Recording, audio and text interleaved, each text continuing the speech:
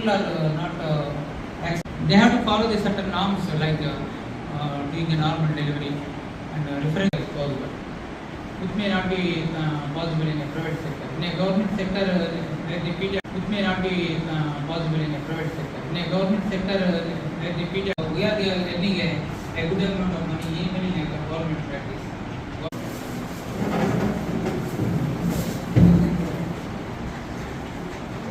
మీ department ద్వారా work జరగాలనేది నా భావన.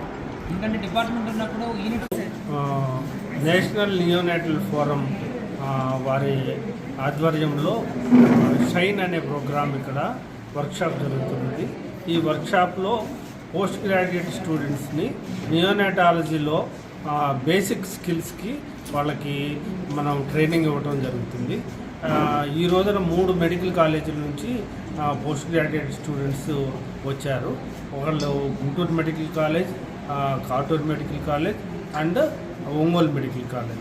ఈ 3 మెడికల్ కాలేజీలో ఫస్ట్ ఇయర్ పోస్ట్ గ్రాడ్యుయేట్ స్టూడెంట్స్కి నియోనాటాలజీ విభాగంలో బేసిక్ స్కిల్స్ వాళ్ళకి నేర్పటం ఈ వర్క్షాప్లో జరుగుతుంది.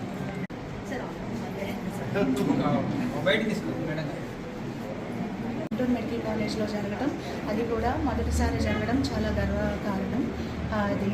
దీనివల్ల ఈరోజు 30 మంది స్టూడెంట్స్ అటెండ్ అవుతున్నారు. ఈ ట్రైనింగ్లో వీళ్ళందరూ బెనిఫిట్ పొంది ప్రీటర్మ్ డెత్స్ కానీ లేకపోతే సెప్సిస్ వల్ల డెత్స్ కానీ మనం ప్రివెంట్ చేయొచ్చు. సో మనం ఓవరాల్గా నియోనాటల్ మోర్టాలిటీ రేట్ తగ్గించవచ్చు. సో ఇది చాలా బెనిఫిట్ చేస్తుందని ఆశిస్తున్నాను. వర్క్షాప్ హ్యాండ్స్ ఆన్ అంటే మా పిల్లలకి ఎట్లా చేయాలి అనేది చూపించి మరీ చేపిస్తున్నాము. దీనివల్ల నార్మల్గా థియరిటికల్గా చెప్పడానికన్నా ప్రాక్టికల్గా చెప్పడం వల్ల వాళ్ళు ఫ్యూచర్లో వాళ్ళ కేసు వచ్చినప్పుడు ఎట్లా డీల్ చేయాలో చాలా నీట్గా తెలుస్తుంది. సో ఇది వెరీ గుడ్ ఆపర్చునిటీ.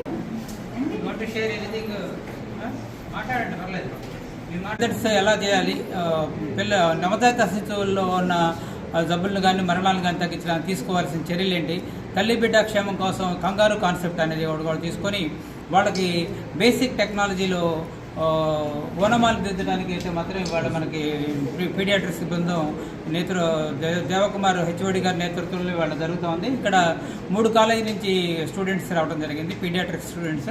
ఒకటి Katuru medical college, Ongole RIMS medical college and Guntur medical college.